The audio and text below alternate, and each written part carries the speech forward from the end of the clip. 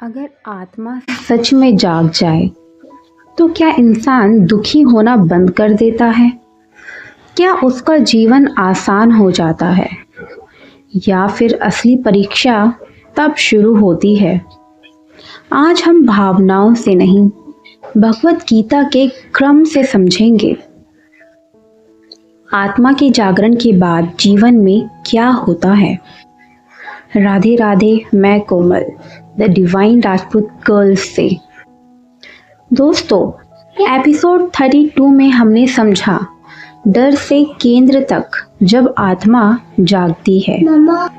लेकिन आज उससे आगे चलते हैं, क्योंकि गीता सिर्फ जागरण तक नहीं रुकती, वह बताती है जागरण के बाद जीवन कैसे जीना है। दोस्तों, आज हम 5 गहरे बिंदु समझेंगे। फर्स्ट, जागरण के बाद मन की पहली परीक्षा। सेकंड, कर्म का नया अर्थ। थर्ड, भीतर की साधना। फोर्थ, भक्ति का संतुलन। फिफ्थ, पूर्ण समर्पण। दोस्तों, अगर हम गीता के चैप्टर 2 को देखें, जहां सांख्य योग की बात की गई, जागरण के बाद पहली स्थिति क्या होती है? दोस्तों, जागरण के बाद की पहली स्थिति स्थित प्रज्ञ है। कृष्णा अर्जुन से कहते हैं, जो व्यक्ति सुख दुख, लाभ हानि, जय पराजय में समान रहता है, वह स्थित प्रज्ञ है। यहाँ क्या समझना है? आत्मा का जागरण मतलब मैं शरीर नहीं हूँ, यह समझ आना। लेकिन यह समझ रोजमर्रा की जिंदगी में कैसे उतरे? तो दोस्तों, रियल टेस्ट शुरू होता है। कोई आपकी आलोचना करे, कोई आपका अपमान करे, कोई आपकी तारीफ करे। क्या आप दोनों में समान रह सकते हैं? जहां पर न ज्यादा खुश हो और जहां पर न ज्यादा क्रोधित हो। अगर आप इन दोनों ही स्थितियों में समान रहते हैं, न ज्यादा उत्साह न ज्यादा खुश होना। दोस्तों, अगर मैं अपने अनुभव की बात करूं, पहले जब कोई मुझे समझ नहीं पाता था तो मैं अंदर टूट जाती थी। लेकिन जब मैंने भीतर देखा तो मैंने यह समझा कि दुख घटना से नहीं था, बल्कि मेरी पहचान से जुड़ा था। कि मैंने अपने आप को, जो भी व्यक्ति मुझे नहीं समझ रहा, अपने आप को उससे जोड़ लिया था। जब पहचान बदलती है तो प्रतिक्रिया भी बदलती है। यही स्थित प्रज्ञ का आरंभ है। मेरी पहचान बदली, मैं साक्षी भाव में आई और मेरी प्रतिक्रिया भी बदल गई। जहां मैं स्थित प्रज्ञ हूँ, यानी मैं हर परिस्थितियों में समान रहती हूँ। दोस्तों, चैप्टर अगर हम 3 को देखें तो कर्म योग की बात की गई। जागरण के बाद कर्म क्यों जरूरी है? दोस्तों, कृष्णा स्पष्ट कहते हैं, कोई भी क्षण भर भी बिना कर्म के नहीं रह सकता।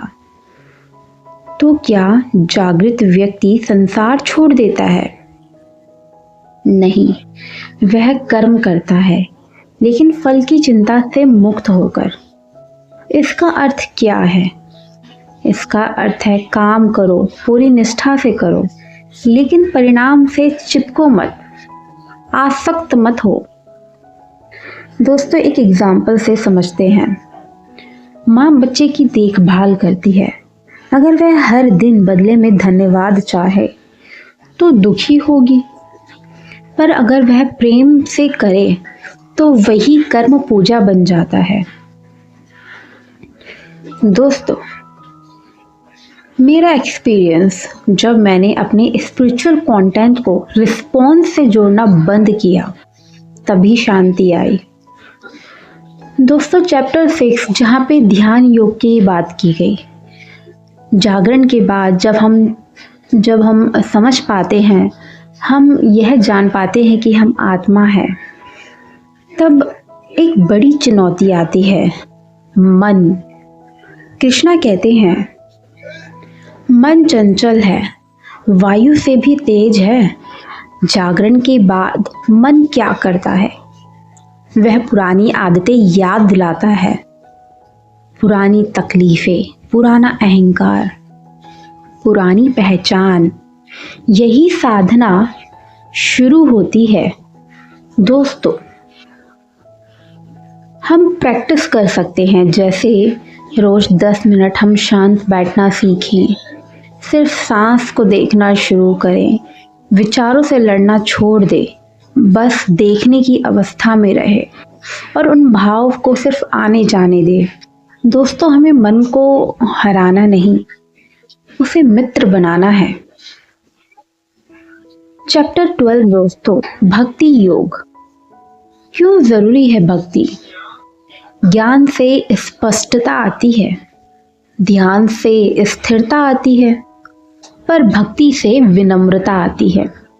अगर जागरण के बाद मैं जानता हूं यह वाक्य आ गया तो पतन निश्चित है। कृष्णा कहते हैं जो सरल, नम्र, द्वेष रहित है वही मुझे प्रिय है। दोस्तों जैसे ही हम सोचते हैं मैं दूसरों से आगे हूं, वहीं गिरावट शुरू हो जाती है। चैप्टर 18 दोस्तों, मोक्ष और समर्पण। अंत में कृष्णा कहते हैं सब धारणाएं छोड़कर सिर्फ भरोसे में आ जाओ। यह हार नहीं, यह सर्वोच्च विश्वास है। यानी कि जो भी धारणाएं हैं, जो भी विचार है, उन सबको छोड़कर सिर्फ विश्वास करो मुझ पर। दोस्तों हमने अपने आप को डर से हम केंद्र में लेकर आए, जहां पे हम जागरूक हुए, जागरण आया, हम समझ पाए कि हम एक आत्मा हैं, और फिर हमने कर्मा को समझा, हमने ध्यान को समझा, भक्ति क्यों आवश्यक है हमने इसे समझा, और अंत में समर्पण। यही आत्मा के जागरण का पूर्ण चक्र है।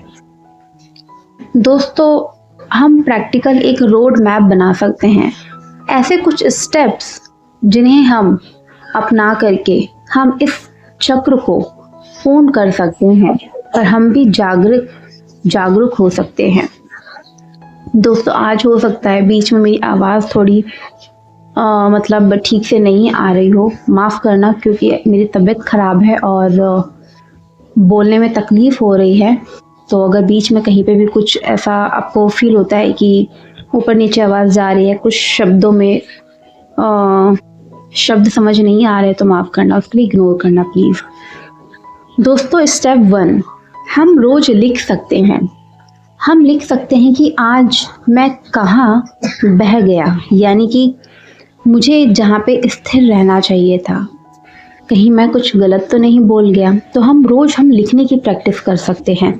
लिखने से क्लैरिटी आती है, हमें समझ आता है।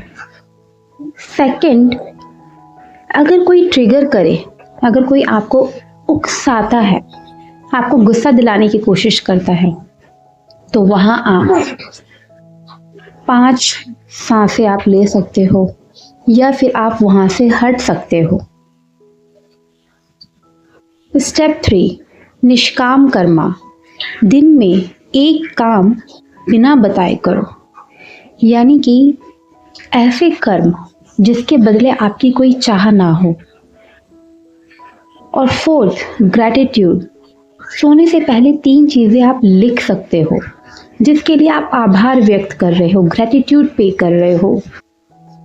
अगर आप जिस भी ईश्वर को मानते हो, आप उन्हें ग्रैटिट्यूड पे कर सकते हो कि हे ईश्वर, आपने मुझे जीवन में जो भी दिया उन सभी के लिए बहुत धन्यवाद। और स्टेप 5 दोस्तों, डेली श्लोक। हर दिन आप एक श्लोक पढ़ सकते हो, उसके अर्थ को समझ सकते हो, और सिर्फ समझना नहीं, हर एक श्लोक को समझकर अपने जीवन में उतारने की प्रैक्टिस शुरू आप कर सकते हो। तो दोस्तों, आत्मा जागती है तो इंसान अलग दिखने नहीं लगता, वह भीतर से हल्का हो जाता है। वह प्रतिक्रिया से प्रतिक्रिया रहित की ओर जाता है, यानी अब वो प्रतिक्रिया नहीं करता, वह भय से विश्वास की ओर बढ़ता है। जागरण जो है अंत नहीं है, वह गीता का पहला कदम है।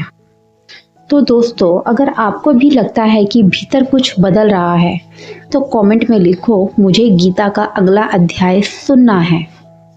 शक्ति भी, भक्ति भी और अब अभिव्यक्ति भी। लाइक करें, शेयर करें और सब्सक्राइब ज़रूर करें। तो जय श्री राम, हर हर महादेव। मैं आपसे कल मिलती हूँ एपिसोड 34 के साथ।